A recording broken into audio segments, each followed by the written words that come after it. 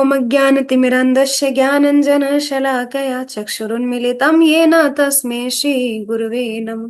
श्रीचैतन्यमनोभीष्टं स्थापितं येन भूतले स्वयं रूप कदा मह्यं ददाति स्वपदान्तिकम्।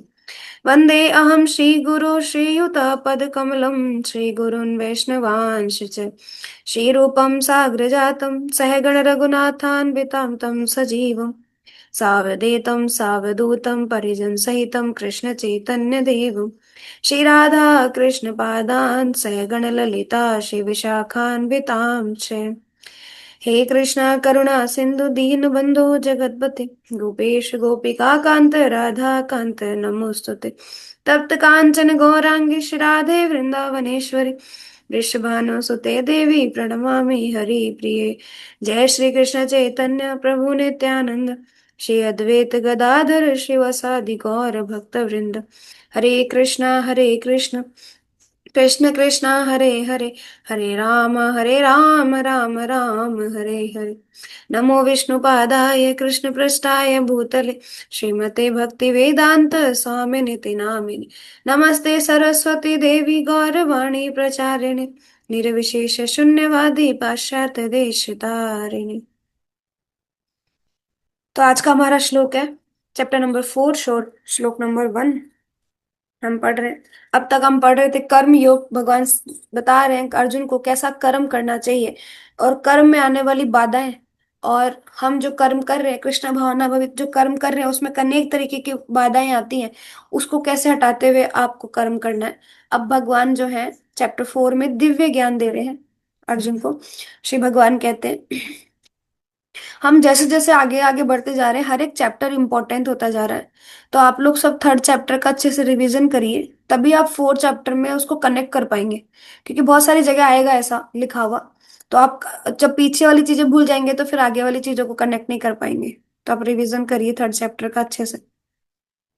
तो चैप्टर 4 में कह रहे हैं भगवान श्री भगवान उवाच इमं विवस्वते योगं प्रोक्तवानहम् अव्ययम् विवस्वान् मनवे प्राह मनोरिक्ष्वा ऋक्ष्वा कवे अब्रवीत। भगवान श्री कृष्ण ने कहा मैंने इस अमर योग विद्या का उपदेश सूर्य देव विवस्वान को दिया, और विवस्वान ने मनुष्यों के पिता मनु को उपदेश दिया, और मनु ने इसका उपदेश इक्ष्वाकु को दिया। तो अर्जुन को लग रहा था कि भगवान ये जो ज्ञान दे रहे हैं ये मुझे ही दे रहे हैं, शुरुआत मुझसे ही हुई है। तो भगवान कह रहे हैं तुम में और मुझ में सिर्फ इतना ही फर्क है कि तुम अपने कई जन्म तुम्हारे हो चुके हैं लेकिन तुम नहीं जानते। लेकिन मैं बहुत बार प्रकट हुआ हूँ और तुम्हारे जितने सारे जन्म हुए हैं या जो जो अवतार मैंने सब लिए मुझे सब याद है, मैं सब बता सकता हूँ। और क्योंकि ये ज्ञान मैं पहली बार नहीं दे रहा हूँ, ये ज्ञान मैंने पहले भी दिया था, तो अब बता रहे हैं कि ये ज्ञान मैंने पहले किसको दिया और क्यों मैं तुम्हें दे रहा हूँ ये ज्ञान। तो बता रहे हैं भगवान श्री कृष्ण कह रहे हैं मैंने इस अमर योग विद्या क्या है श्रीमद् भगवत गीता के बारे में का आत्मा का जो ज्ञान है का उपदेश सूर्य देव विवस्वान को दिया, जो सूर्य के देव है विवस्वान उनको दिया। और विवस्वान ने मनुष्यों के जो पिता है मनु को दिया, और मनु ने इसको इक्ष्वाकु को दिया। तो ये परंपरा चल रही थी। तात्पर्य में प्रभुपाद समझाते हैं जय श्रील प्रभुपाद, यहाँ पर हमें भगवत गीता का इतिहास प्राप्त होता है। यह अत्यंत प्राचीन बताया गया है, जब इसे सूर्य लोक इत्यादि संपूर्ण लोकों के राजा को प्रदान किया गया था। बहुत पुराना इतिहास है।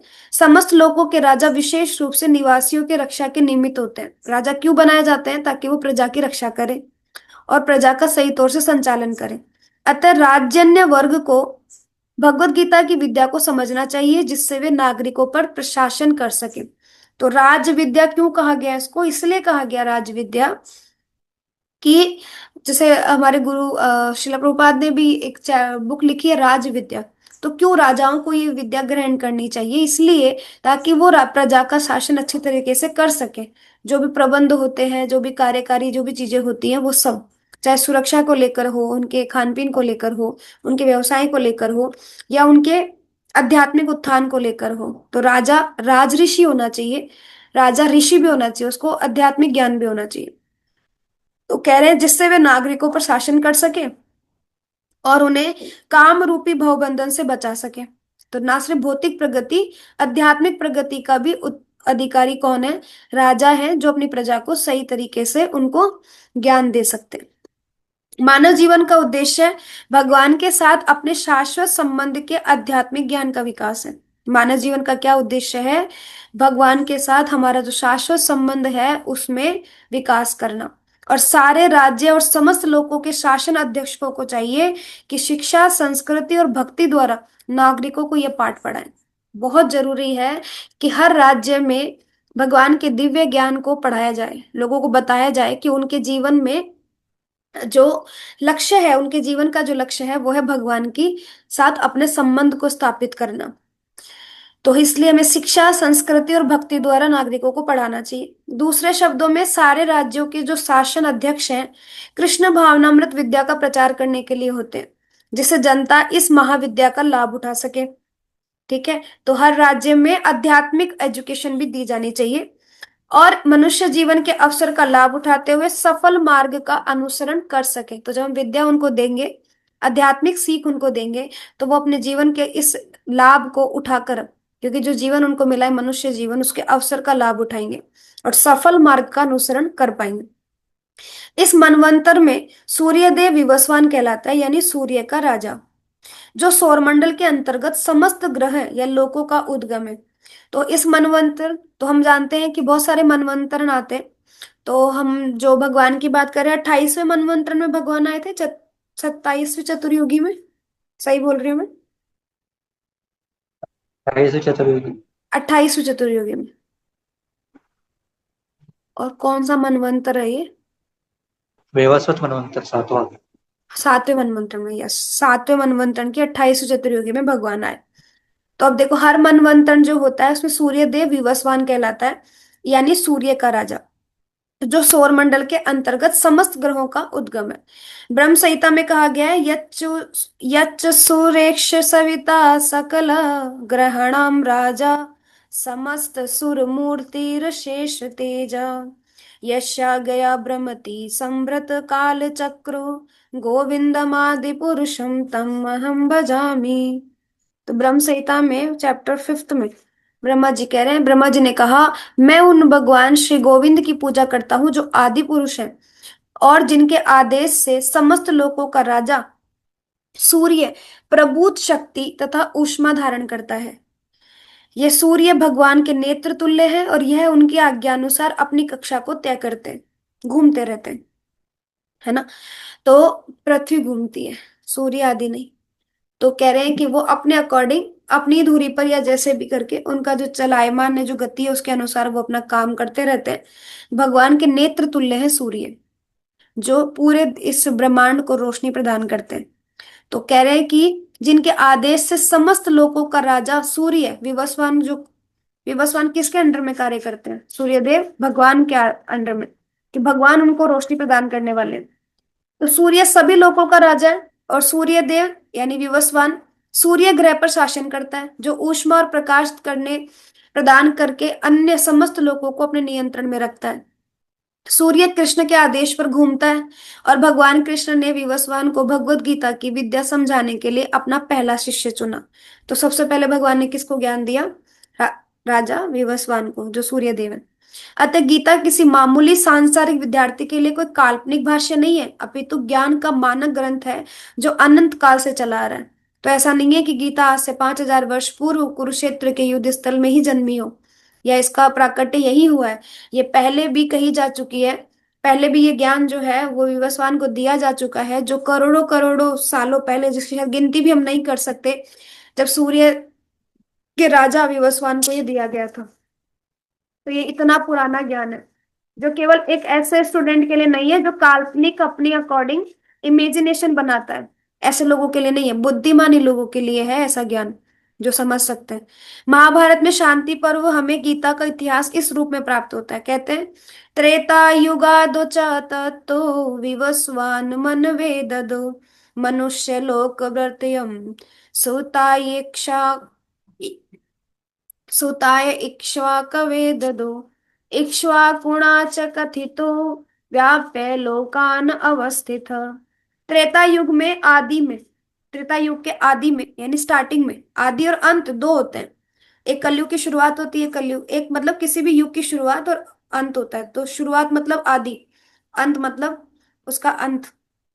तो त्रेता युग के शुरुआत में विवस्वान ने परमेश्वर संबंधी इस ज्ञान का उपदेश मनु को दिया।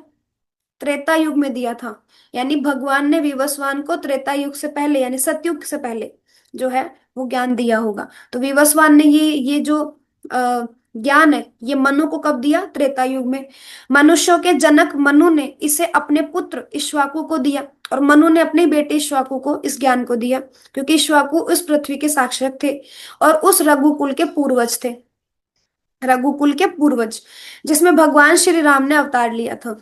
इससे प्रमाणित होता है कि मानव समाज में महाराज इक्ष्वाकु के काल से ही भगवत गीता विद्यमान थी। पहले से ही प्रमाणित हो चुका है, और ये शांति पर्व यानी महाभारत में आता है। इस समय कलयुग के केवल 5,000 वर्ष व्यतीत हुए, जबकि इसकी पूर्ण आयु कितनी है? कलयुग की पूर्ण आयु है 4,32,000 साल का पूरा कलयुग है, जिसमें से 5,000 वर्ष ही निकले हैं अभी। अभी बहुत समय है बाकी है। इसके पूर्व द्वापर युग जो था वो 8 लाख वर्ष का था, है ना, 864। और इसके भी पूर्व जो त्रेता युग था वो 12 लाख 64, 12 लाख कुछ वर्ष का था। इस प्रकार लगभग कितने वर्ष निकल चुके हैं? 20 लाख के आसपास वर्ष पूर्व, यानी इस पूरी जो ये चतुर्युगी है, त्रेता सतयुग त्रेता द्वापर कलयुग, ये चतुर्युगी जो भूमि है, इससे कई वर्ष पूर्व जो है मनु ने अपने शिष्य और अपने पुत्र शिश्वाकु को ये भगवत गीता का ज्ञान दिया। वर्तमान मनु की आयु कितनी है? लगभग वर्तमान मनु की आयु है 30,53,53,00,000 वर्ष अनुमानित की गई है ये। 30 करोड़, मे बी 30 करोड़ ही है। हाँ, 30,53,53,00,000 वर्ष अनुमानित की जाती है, जिसमें से 12,04,00,000 वर्ष बीत चुके हैं अभी तक। ये मानते हुए कि मनु के जन्म के पूर्व भगवान ने अपने शिष्य सूर्य देव विवस्वान को गीता सुनाई। मोटा अनुमान यह है कि गीता कम से कम 12,04,00,000 वर्ष पहले कही गई है। मोटा मोटा अनुमान बता रहे हैं, थोड़ा और अगर करेक्ट निकालने पे जाएंगे तो और समय बताएगा, लेकिन ऊपरी ऊपरी ऑलमोस्ट बता रहे हैं। 12,04,00,000 वर्ष हो चुके हैं गीता का ज्ञान दिए हुए विवस्वान के टाइम पे। इतना पुराना मनु का जन्म का जब पूर्व की बात है, तो मनु के जन्म से पहले तो विवस्वान को दिया जा चुका था। मानव समाज में यह 20 लाख वर्षों से विद्यमान रही है। इसे भगवान ने लगभग 5,000 वर्ष पूर्व अर्जुन से पुनः कहा। गीता के अनुसार ही तथा इसके वक्ता भगवान कृष्ण के कथन के अनुसार यह गीता के इतिहास का मोटा अनुमान है। सूर्यदेव विवस्वान को इसलिए गीता सुनाई गई क्योंकि वह क्षत्रिय था, और उन समस्त क्षत्रियों का जनक है जो सूर्यवंशी है। तो सबसे पहले किसको सुनाई गई है? जो क्षत्रिय है। अब आप सोचेंगे कि सूर्यदेव का राजा विवस्वान है तो मनुष्य ही ना, ठीक है। तो उसमें मनु मतलब कहने का बात है, मनुष्यों में अगर ये सबसे पहले किसी को सुनाई गई है तो वो है विवस्वान को। तो उसमें भी वर्ण सिस्टम शुरू हो गया था।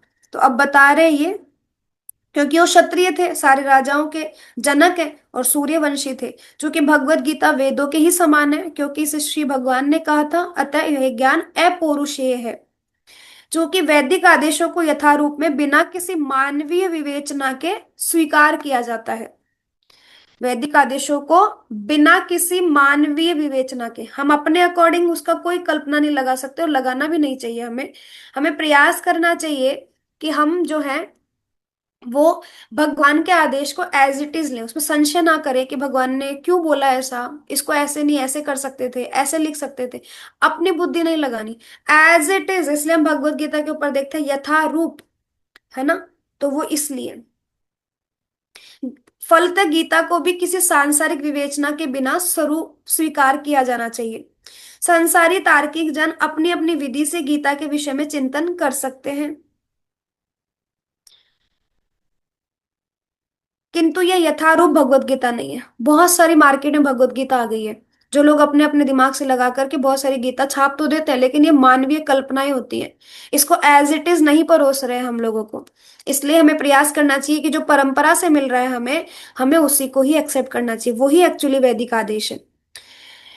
अतः भगवत गीता को गुरु परंपरा से यथारूप में ग्रहण करना चाहिए। यहाँ पर यह वर्णन हुआ है कि भगवान ने इसे सूर्यदेव से कहा, सूर्यदेव ने अपने पुत्र मनु से कहा, मनु ने अपने पुत्र और अपने शिष्य इक्ष्वाकु से कहा। तो इस तरीके से ये परंपरा चली आ रही है। तो ज्ञान भी परंपरा से ही प्राप्त किया जाना चाहिए। और सेकंड श्लोक इसी से रिलेटेड है।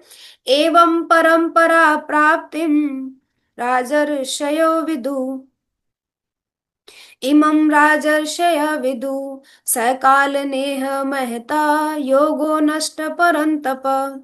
एवं परंपरा प्राप्तम इमं राजर्षय विदु, सकाले नेह महता योगो नष्ट परंतप। इस प्रकार ये परम विज्ञान गुरु परंपरा द्वारा प्राप्त किया गया और राजर्षियों ने इसी विधि से इसे समझा। किंतु काल क्रम में यह परंपरा छिन्न हो गई और अतः ये विज्ञान यथा रूप में लुप्त हो गया लगता है। इसलिए भगवान अर्जुन को दोबारा से इस ज्ञान को दे रहे हैं, क्योंकि ये परंपरा लुप्त हो गई थी, आगे ये चलाई नहीं गई। तात्पर्य जय श्रील प्रभुपाद। यहाँ स्पष्ट कहा गया है कि गीता विशेष रूप से राजर्षियों के लिए थी। किसके लिए थी? क्षत्रियों के लिए। क्योंकि वे इसका प्रयोग प्रजा के ऊपर शासन करने में करते थे। क्यों करते थे? वो प्रजा का सही रूप से संचालन करने के लिए, उनको आध्यात्मिक ज्ञान देने के लिए, ताकि वे अपने जीवन में आध्यात्मिक रूप से अग्रसर हो और अपने जीवन के लक्ष्य को प्राप्त करे।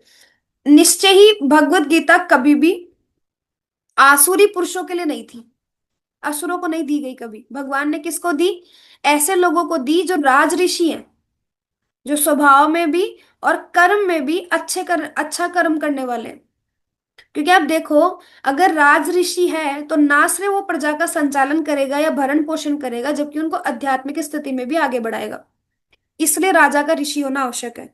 तो यहाँ कह रहे हैं कि देखो, असुरों को नहीं दी गई ये शिक्षा, राज ऋषि को दी गई है, जिनसे किसी को भी इसका लाभ नहीं मिलता। क्योंकि असुर तो उसको गलत ले लेंगे, समझेंगे ही नहीं पहली बात, और अगर मान लो समझ भी गए तो किसी और को लाभ नहीं लेने देंगे। जो अपनी अपनी सनक के अनुसार विभिन्न प्रकार की विवेचना करते हैं, क्योंकि वो तो अपने हिसाब से दिमाग लगाते हैं। अतः जैसे ही असाधु भाष्यकारों के निहित स्वार्थों से गीता का मूल उद्देश्य उच्छिन्न हुआ, वैसे ही पुनः गुरु परंपरा स्थापित करने की आवश्यकता प्रतीत हुई। तो जैसे ही लगा कि हमारी गुरु परंपरा से ये जो कड़ी है, जो चैन चली आ रही थी, वो टूट गई है, तो दोबारा से उसको स्थापित करना हमारे लिए हमारा मेन उद्देश्य बन गया। कि भगवान जो है दोबारा इसको स्थापित करने की आवश्यकता को समझ रहे थे कि दोबारा से मुझे गीता का ज्ञान देना पड़ेगा, क्योंकि अब ये छिन्न भिन्न हो गई है। तो 5,000 वर्ष पूर्व भगवान ने स्वयं देखा कि गुरु परंपरा टूट चुकी है। अतः उन्होंने घोषित किया कि गीता का उद्देश्य नष्ट हो चुका है। गीता का उद्देश्य था परंपरा से लोगों तक ये ज्ञान जाए, लोगों को आध्यात्मिक प्रगति में मदद मिले इस ज्ञान से, लेकिन ये सब तो छूट गया। तो क्या हो? इस प्रकार इस समय गीता के इतने संस्करण उपलब्ध हैं, विशेषतः अंग्रेजी में, कि उनमें से प्राय सभी प्रमाणिक गुरु परंपरा के अनुसार नहीं है। बहुत सारी गीता अवेलेबल है, लेकिन ये गुरु परंपरा से नहीं है।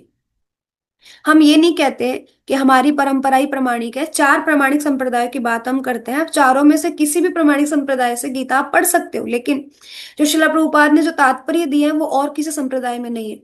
तो प्रयास करना चाहिए हमें कि हम शिला प्रभुपाद के द्वारा दिए गए जो तात्पर्य है, टीका कह सकते हैं हम, कमेंट्री लिखी गई है, प्रभुपाद ने बहुत सुंदर तरीके से हमें गीता समझाई है, बहुत सरल शब्दों में।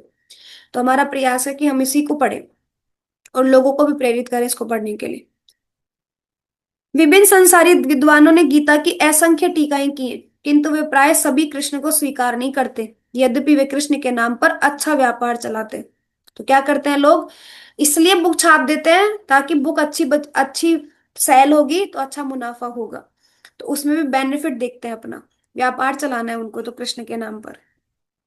यह आसुरी प्रवृत्ति है, क्योंकि असुरगण ईश्वर में विश्वास नहीं करते, वे केवल परमेश्वर के गुणों का लाभ उठाते हैं। तो लोगों को पता है, जो लोग व्यापार में लगे हुए हैं उनको पता है कि लोगों को क्या चाहिए, भीड़ को क्या चाहिए, भीड़ को ऐसा कुछ चाहिए जो वो चाहती है, तो वही सब परोस करके दो और उसमें हमारा बेनिफिट है, क्योंकि हम बिजनेस करेंगे। तो वो भगवान के गुणों का तो लाभ उठाते हैं, लेकिन भगवान को नहीं मानते। अतएव अंग्रेजी में गीता के एक संस्करण की नितांत आवश्यकता थी, जो परंपरा से प्राप्त है। प्रस्तुत प्रयास इसी आवश्यकता की पूर्ति के उद्देश्य से किया गया है। तो श्रील प्रभुपाद ने जो भगवत गीता दी वो हिंदी में नहीं है, इंग्लिश में है। प्रभुपाद ने सबसे पहले इंग्लिश में लिखी थी और बाद में इसका ट्रांसलेशन उनके भक्तों के द्वारा किया गया। भगवत गीता यथारूप मानवता के लिए महान वरदान है। किंतु यदि इसे मानसिक चिंतन समझा जाए तो यह समय का अपव्यय होगा। कुछ लोगों का क्या लगता है कि थोड़ा शांति प्राप्त करने के लिए गीता पढ़ लेते हैं या मानसिक चिंतन करने के लिए गीता पढ़ लेते हैं, भगवान कृष्ण को समझने के लिए नहीं, अपने खुद के धर्म को समझने के लिए नहीं कि मुझे क्या करना चाहिए क्या नहीं। हम क्या ही करने जा रहे हैं, मतलब इसकी क्या ही आवश्यकता है कि हम भगवान के शास्त्रों को भी इसलिए पढ़ते हैं क्योंकि हम मानसिक चिंतन कर सके, इसकी आवश्यकता है। हमें तो इसलिए भगवान के इन शास्त्रों को पढ़ना चाहिए ताकि हम अपने जीवन का लक्ष्य समझ पाए, हमारा जीवन क्यों इस धराधाम पर इस धरती पर हुआ है उसको समझ पाए, भगवान से हमारा क्या संबंध है इसको समझ पाए, हम आत्मा है शरीर इसको समझ पाए, कर्म कौन से प्रकार के होते हैं, किस किस तरीके के कर्म होते हैं, कैसे कर्म करने चाहिए, कर्म करने में क्या बाधा आती है, उसको अगर बाधा आती है तो उसका उपाय क्या है, हमें ज्ञान किससे प्राप्त करना चाहिए, ये सब प्रश्नों का जवाब लेने के लिए हमें गीता पढ़नी। जिज्ञासु होना चाहिए भक्त को, ऐसा नहीं कि सिर्फ इसलिए पढ़ लेते हैं "हाँ, ठीक है किसी ने बोला है पढ़ लो तो पढ़ लिया", ऐसा नहीं। तो ये समय का अपव्यय अगर हम ऐसा कुछ पढ़ रहे हैं तो देखो भगवत गीता में 4.2 जो है बहुत इंपॉर्टेंट श्लोक है, एवं परंपरा प्राप्तम। तो हमें जो भी ज्ञान हम लेते हैं परंपरा से ही लेना चाहिए, बहुत जरूरी है। आगे आगे इस चैप्टर में काफी इंपॉर्टेंट श्लोक है, आगे आएगा कि कैसे परंपरा से आपको प्रश्न पूछने चाहिए, तद विधि प्रणिपाते न परिप्रश्न सेव्य, 4 चैप्टर में ही आएगा, बहुत इंपॉर्टेंट श्लोक है। तो गुरु के पास जाकर के हमें विनम्रता से प्रश्न करना चाहिए और उनकी सेवा करनी चाहिए, फिर प्रश्न पूछना चाहिए, प्रयास करना चाहिए। आध्यात्मिक ज्ञान को सही गुरु से लेना बहुत आवश्यक है, उसी सिद्धांत को आगे पहुंचाना आवश्यक है। हम जो खुद ले रहे हैं परंपरा से, हम वो ही परंपरा आगे कैरी फॉरवर्ड कर सकते हैं। अगर हम ही गलत लेंगे ज्ञान तो हम आगे भी गलत ही देंगे। तो आपने धारण भी गलत ज्ञान को किया, अपने मनो अपने दिमाग के तरीके से, और आप दे भी दूसरों को उसी के अकॉर्डिंग रहे हो। तो आप दोनों तरफ ही गलत कर रहे हो, खुद के लिए भी गलत और दूसरे लोगों के लिए भी गलत। तो हमें हमेशा परंपरा से ही ज्ञान लेना चाहिए, ठीक है। ये हमारी, ये शुरू से ही हमारी पीढ़ी रही है कि ये हमारा चैन सिस्टम है। आज हमारी गुरु परंपरा में 32 के आसपास गुरु है, जिन अगर हम पूरी परंपरा की बात देखें तो ज्ञान जो है भगवान से आया है। लेकिन ये ज्ञान किसको दिया गया, हमारे गुरु आदि को, जो हम देखते हैं ब्रह्मा जी को दिया गया। फिर ब्रह्मा जी से ही आगे जैसे हम 4 संप्रदाय की बात करते हैं जी, जो लक्ष्मी की जो संप्रदाय है वो श्री संप्रदाय कहलाती है, जो शिव जी की संप्रदाय है वो रुद्र संप्रदाय कहलाती है, ब्रह्मा जी की संप्रदाय है जो ब्रह्म संप्रदाय कहलाती है, और सनातन कुमार जो चारों कुमार है नारद मुनि से जो आए वो कुमार संप्रदाय कहलाती। बाद में कुमार संप्रदाय का नाम पड़ गया निम्बार्क पीठ, निम्बार्क संप्रदाय, क्योंकि उनमें निम्बार्काचार्य आए। ब्रह्म संप्रदाय का नाम पड़ गया ब्रह्म माधव गौड़ीय संप्रदाय, क्योंकि माधवाचार्य आए। श्री संप्रदाय और रुद्र संप्रदाय, ये 4 संप्रदाय प्रमाणिक है। तो हमें प्रयास ये करना है कि हम परंपरा से लें, परंपरा से होना चाहिए, हमारे एक भी गुरु इधर उधर से नहीं होने चाहिए, परंपरा से ही प्राप्त। हमारे हर एक गुरु की अपनी एक लाइन सिस्टम है, हम जिनको फॉलो कर रहे हैं उनके गुरु है, वो जिनको फॉलो कर रहे हैं उनके भी गुरु हैं। और अगर हम एंड तक जाएंगे तो हमें समझ में आएगा कि ब्रह्मा जी से प्राप्त हो रहा है। ब्रह्मा जी को ज्ञान कहाँ से मिला, भगवान से मिला, ठीक है। तो ये परंपरा चली आ रही है। तो इसका एक बहुत सुंदर उदाहरण भी आता है श्रीमद् भागवतम 1.1.1 में, कह रहे हैं भगवान ने आदि तेने ब्रह्म हृदय या आदि कवि, बहुत सुंदर श्लोक है, जन्मादश्य वाला, जो हम 2-3 बार रिवीजन भी कर चुके हैं, काफी बार आ गया ये श्लोक, याद करना चाहिए हम सबको। तो 1.1.1 जन्मादश्य, भगवान ने आदि कवि ब्रह्मा जी के हृदय में वैदिक ज्ञान प्रकाशित किया, और फिर ब्रह्मा जी से नारद, नारद से व्यासदेव आदि के माध्यम से ज्ञान आगे बढ़ता चला गया। तो इस तरीके से बता रखा है कि ये ज्ञान कैसे मिल रहा है हमें, ये परंपरा से मिल रहा है। और ये परंपरा के टूटने पर क्या होगा, परंपरा के टूटने पर ये होगा जो हुआ, अभी क्या बताया भगवान ने कि क्यों मैं दोबारा ज्ञान दे रहा हूं, इसलिए दे रहा हूं क्योंकि ये परंपरा टूट गई है, बीच में विच्छिन्न हो गई है, ये आगे ज्ञान दिया ही नहीं गया, कैरी फॉरवर्ड नहीं किया गया आगे, जो इसका उद्देश्य था लोगों तक पहुंचाना इस ज्ञान को। तो वो जब बीच में टूट गया, तो अगर हम गुरु परंपरा से ज्ञान नहीं लेंगे तो ये टूट जाएगा, भगवान को फिर दोबारा आना पड़ेगा इस ज्ञान को देने के लिए, हमारे हमारे उद्धार के लिए। तो इसलिए हमें परंपरा से चलना है, हमें हमेशा प्रयास करना है कि जो पुराना होगा ना, जो पुरातन है, जरूरी नहीं है वो सारा ज्ञान ही हो, लेकिन जो परंपरा से है वो इम्पोर्टेंट है। जो परंपरा से, हमारे पूर्वज भी बहुत कुछ चीजें फॉलो किया करते थे, हमारी दादी नानी दादा परदादा आदि। लेकिन क्या वो सत्य है? क्या सच में शास्त्रों के अनुसार है? बहुत सारी चीजें तो अच्छी थी, जैसे सात्विक आहार लेना, बाहर इतना ज्यादा चीजों में घूमना फिरना नहीं, पैसों का दुरुपयोग नहीं करना, अपना दिमाग बैठ करके भजन किया करते थे। मेरी फैमिली में एक माता जी, मतलब मेरी बुआ लगते थे, वो पूरा टाइम भजन करते थे, मैं बचपन से देखती थी उनको। वो शादी में भी बैठे होते थे ना, तो लोग तो गीत वगैरह गाते हैं, वो भजन गाते थे शादी में भी। मतलब उनको देख करके ऐसे अच्छा लगता था सुन करके, जबकि उस टाइम तो समझ नहीं थी इतनी। तो मैं आज भी विचार करती हूँ, अभी तो मतलब उन्होंने शरीर छोड़ दिया है। इतना अच्छा लगता था उनको देख करके कि लोग पहले बिल्कुल समय खराब नहीं करते थे अपना, तो हमारे पूर्वज तो अच्छे थे उस कंडीशन में। लेकिन हमने उनके पूर्वजों की क्या बातें फॉलो की है? नाखून नहीं काटते, एकादशी पे बाल नहीं काटते, पैर नहीं हिलाते, ज्यादा ज्यादा तेज हंसते नहीं है, हमने ये सब चीजें तो फॉलो की। लेकिन हमने उनका सही आचरण फॉलो नहीं किया। कि वो लोग मंदिर जाते थे, सुबह उठ करके दर्शन करते थे भगवान का, सबको राम राम बोलते थे, जय श्री राम बोलते थे। हम लोग क्या बोलते हैं? हेलो, गुड मॉर्निंग, हम ये बोलते हैं लोगों को। हम अगर हम आचरण फॉलो करें पूर्वजों का, तो ये भी परंपरा से ही मिल रहा है। लेकिन हम वही फॉलो करते हैं जो हमारे लिए अच्छा है, स्टैंडर्ड फॉलो कर रहे हैं ना हम। अरे आज का जमाना गुड मॉर्निंग वाला है, hello hi tata bye bye वाला है। हम क्यों बोलेंगे किसी को राम राम जय श्री राम? छोटे हो जाएंगे ना हम ऐसे बोल देंगे तो हम नहीं बोलते। अपने अनुसार हम अर्थ निकाल लेते हैं किसी भी चीज का। श्रीमद् भागवतम में भी 11th कैंटो में भी आता है, तस्माद गुरु प्रपद्येत जिज्ञासु श्रेयोत्तमम। तो हमें क्या करना चाहिए? हर व्यक्ति को अपने जीवन के परम कल्याण के लिए, अगर आपको सच में आपका कल्याण चाहिए, तो जिज्ञासा रखनी है, और उस जिज्ञासा को गुरु की शरण में जाकर पूछना है। गुरु की शरण में जाओ और जाकर के पूछो। सबसे पहले हमारा, हम अपनी परंपरा में कहते हैं सबसे पहले आप प्रमाणिक गुरु की शरण लो, और जो आपके अंदर जिज्ञासा है वो पूछो। वैसे ही चैतन्य चरितामृत में भी कहते हैं, आमनाय प्राह तत्वम हरि मिह परम सर्व शक्तिम रसाब्दी। गौड़ीय वैष्णव परंपरा में भी भगवान के तत्व को गुरु परंपरा और शास्त्रीय प्रमाण से समझने पर ही जोर दिया गया है, क्योंकि हम अपने हिसाब से समझ ही नहीं सकते उसको। जैसे भागवतम में श्लोक आता है त्रिगुणातीत, उसमें एक वर्ड आता है त्रिगुणातीत, आई थिंक भगवत गीता में भी मेंशन है। तो त्रिगुणातीत जो दिया हुआ है, अब लोग बोलते हैं त्रिगुणातीत का मतलब होता है कि भगवान तीनों गुणों से बंधे हुए हैं। लेकिन अगर हम गुरु से व्याख्या सुनेंगे, श्रील प्रभुपाद के तात्पर्य में पढ़ेंगे, तो हम पाएंगे कि त्रिगुणातीत का मतलब होता है तीनों गुणों से परे। तो दो अलग व्याख्या हो गई ना त्रिगुणातीत की, समझने का भेद है। तो अगर आप परंपरा से सुनेंगे तो आप एज इट इज ज्ञान लेंगे जो दिया हुआ है, अपनी बुद्धि लगाएंगे तो गलत करेंगे। अब क्योंकि हमारा ज्ञान कोई नया नहीं है, भगवान कोई नया ज्ञान दे रहे हैं क्या? भगवान तो देते आ रहे हैं, सेम ही ज्ञान है। लेकिन वो लुप्त हो गया था, परंपरा से नहीं था, इसलिए उनको दोबारा वो देना पड़ा। ये ज्ञान सनातन है, जब से भगवान है तब से ये ज्ञान है। अब भगवान का भी कोई आदि अंत नहीं है, वैसे इस ज्ञान का, इस शास्त्र का भी कोई आदि अंत नहीं है। लेकिन उसे शुद्ध रूप में जीवित रखने के लिए गुरु शिष्य परंपरा आवश्यक है। हम उसको बनाए रखें, जरूरी है परंपरा का आना। अगर परंपरा नहीं होगी तो फिर ये ज्ञान आगे कैरी फॉरवर्ड कैसे होगा? तो वो जरूरी है। ये दो श्लोक बहुत इंपॉर्टेंट, इसमें हमारा चैप्टर ही बहुत अच्छे से स्टार्ट हुआ है कि दिव्य ज्ञान हम बात कर रहे हैं, वेरी इंपॉर्टेंट चैप्टर। और एक एक श्लोक इंपॉर्टेंट है इसके। ये सेकंड श्लोक तो बहुत इंपॉर्टेंट है, एवं परंपरा प्राप्ति। हम सबको याद करने चाहिए श्लोक।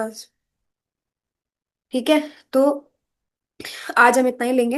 हरे कृष्णा, आप सभी को प्रणाम। और